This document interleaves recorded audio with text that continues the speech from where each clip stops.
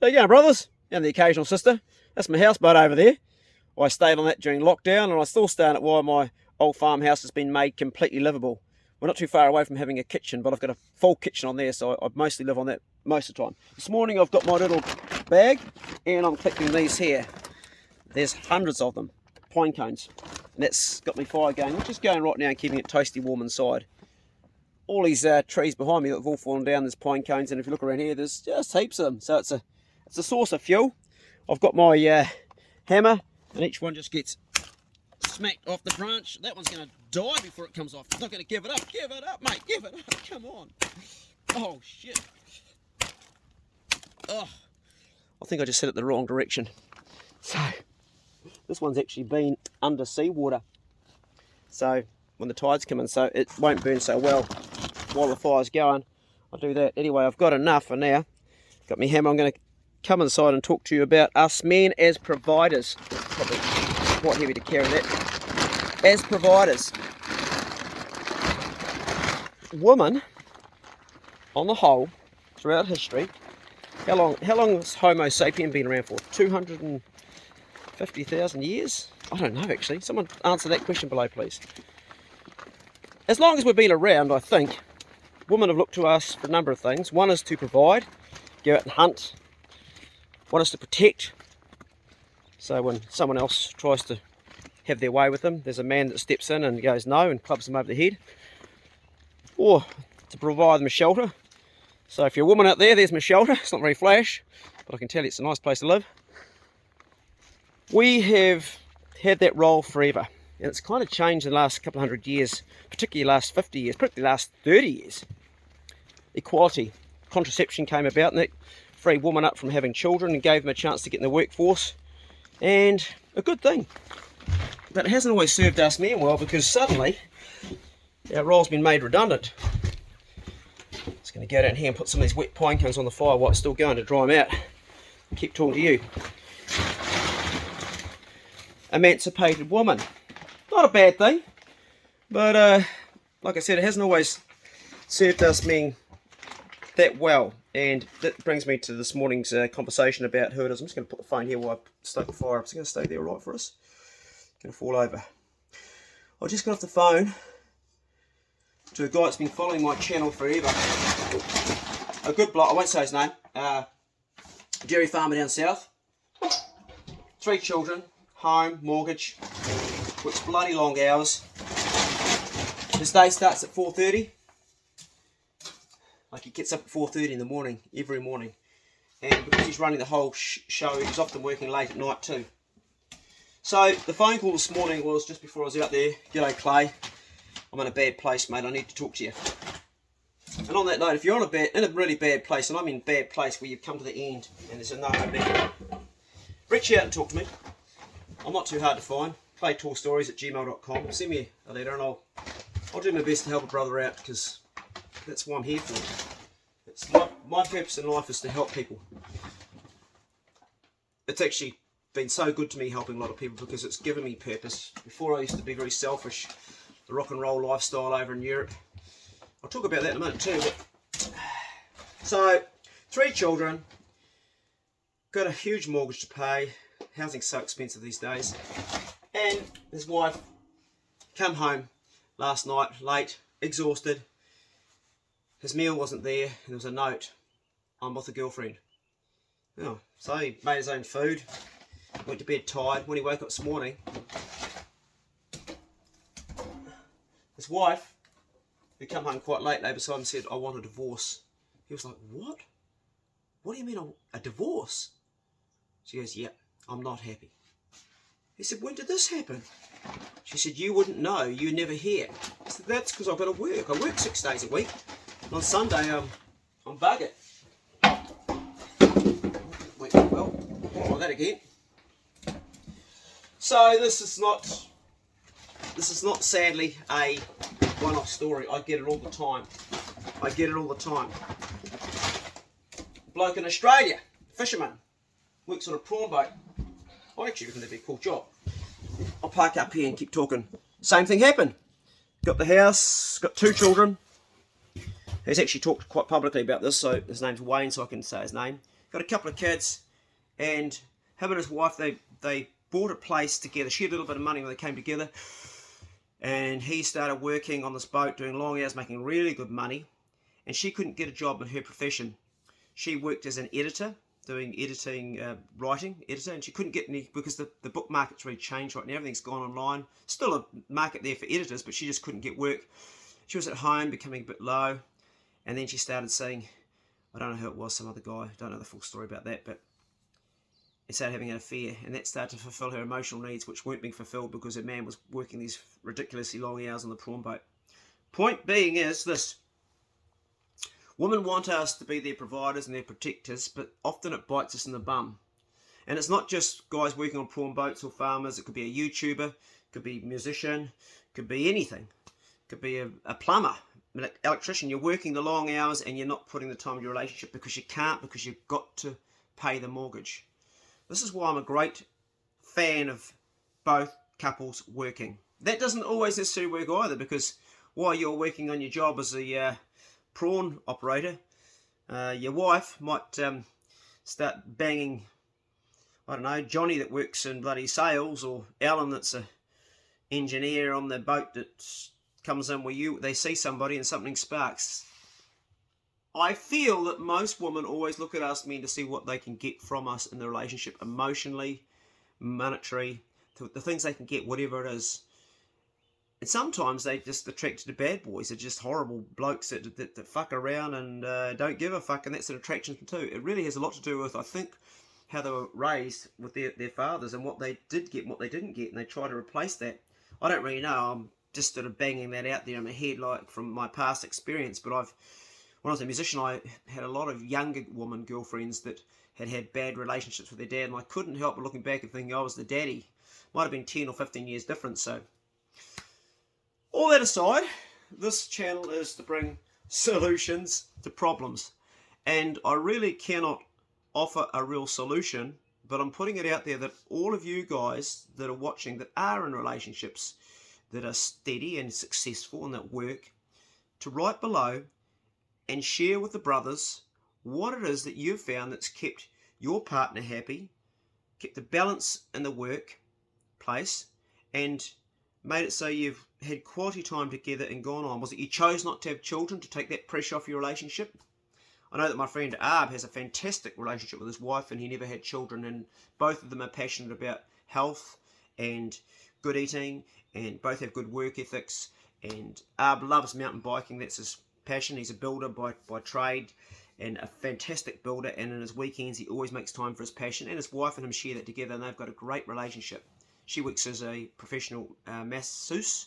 I've had massage from her. Fantastic, absolutely fantastic. She's does sports stuff. Well, she does everything really. She's really tapped in. She's German, and Arb's a mixture of Indian. He's born in New Zealand, but he's got all sorts of different nationalities run through. Maori, Dutch.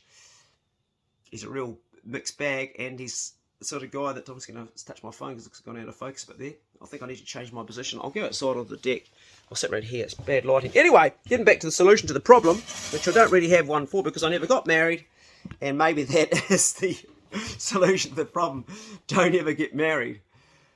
I always lived a pretty selfish lifestyle. I was working in Europe for 13 years as a musician, and there was no place or time to put into a steady relationship. And when I came back to New Zealand, I came back because I was burnt out, and I came back here to try and get back into the old life that I grew up with. I grew up in the Abel Tasman National Park, and then I moved to Fiordland National Park, so I was always in national parks.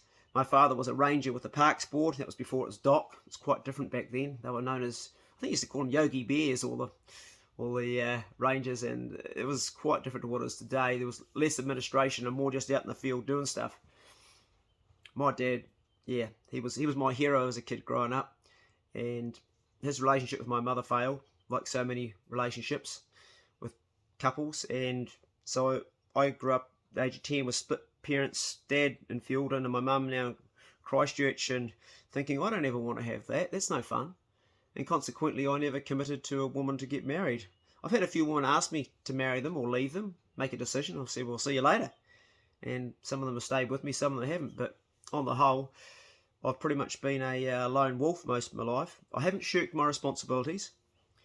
when I met the woman I fell in love with, my children's mother, she was younger than me, 15 years. I was playing as a musician on the island of Creta in Stalidos, and she was 19 when I first met her, and then the second year I went back, I met her when she was 20 and she was pregnant. Well, that was 21 years ago, and she was pregnant with another man's child, which is my son Yorna today, and I was only with her for 3 years. She left me after 3 years, or 4 years maybe, and I made a commitment to take care of that child ever since, and I have done, financially and emotionally. So I didn't shirk my responsibilities as being a father, and I've done the same with my other children. It's a little bit complicated because I'm a sperm donor for a woman, so that child I didn't raise, but yeah, that's a different story because I only had one job to do there, and I did that job, and that's my daughter Hannah, who I'm very close today with, but I didn't raise her, and I've got my daughter Dayla. So as a dad growing up, I didn't have the traditional type mother-father raising my kids. A lot of community got around and raised my children, and I'm still good friends with my kid's mum today. We still chat, so she's also part in raising them and her partner. So it's a kind of complex. I say it takes a village to raise a child, but I reckon it takes a child to raise a village because we've learned so much from our children. Trying to find a solution to this problem for you, if you're out there and you're a bloke that's going through the hardship of you've worked so hard, you've had your head down so long that your partner's given up and she's either started taking drugs or started drinking or started shafting other men or started just like it's fallen to bits. I think the real problem was right back at the beginning when you got together. One thing I always used to say when I was in Europe to the few relationships I had over there is if I met a woman that I really liked, I would say to her, look, I've got to be upfront with you. I work as a musician. I work sometimes 50 concerts in a row.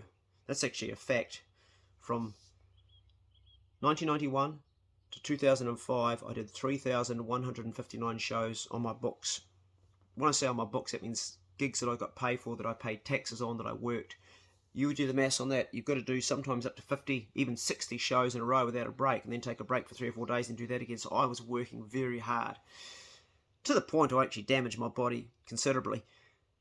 But with every woman I met that was a possible chance for a real relationship, I would say, look, this is what I do.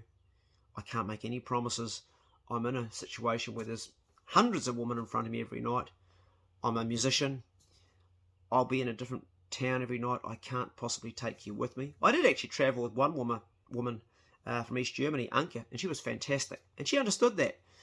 And on the whole, I was a pretty well-behaved boy. But so starting off as you intend to continue and letting your partner know that so she can opt out of the relationship would be my first bit of advice in the very beginning.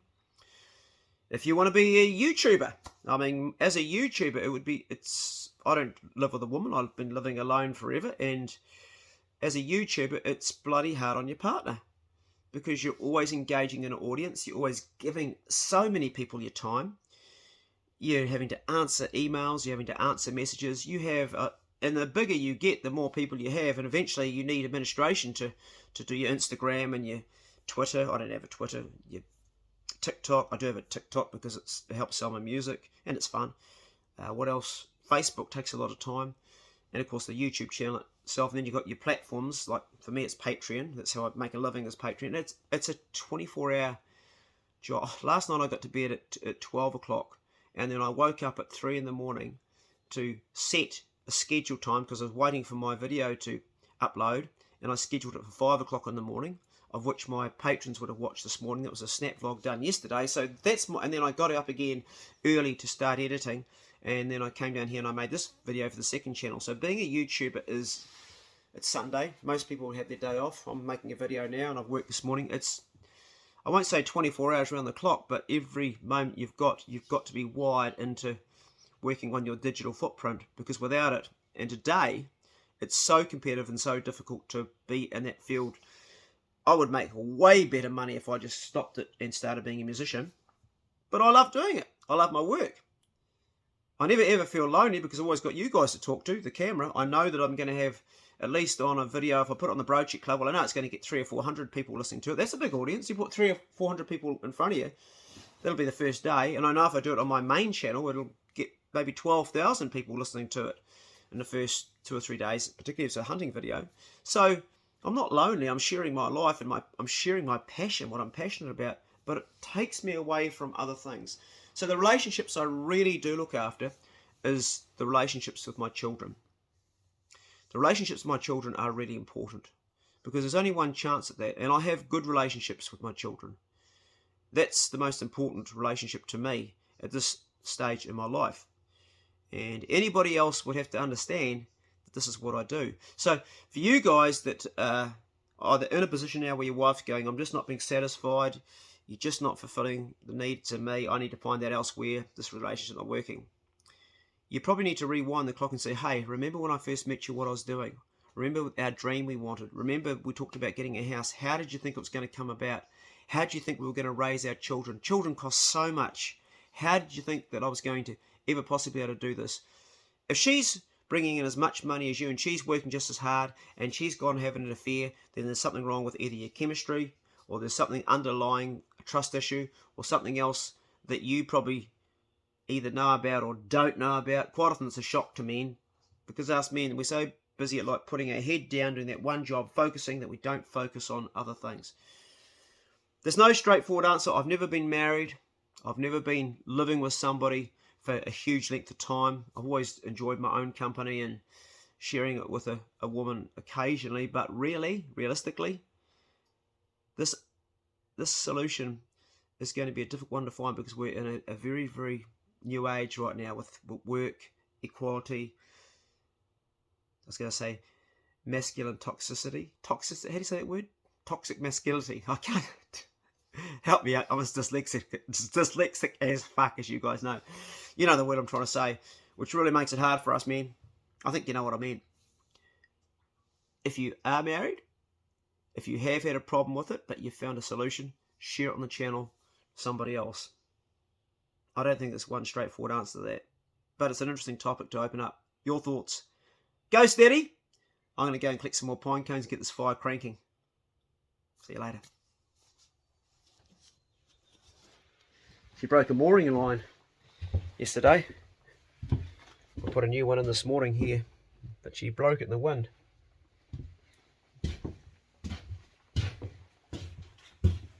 Let's fly down a bit more. Come on, mate, we'll turn her up. That's better.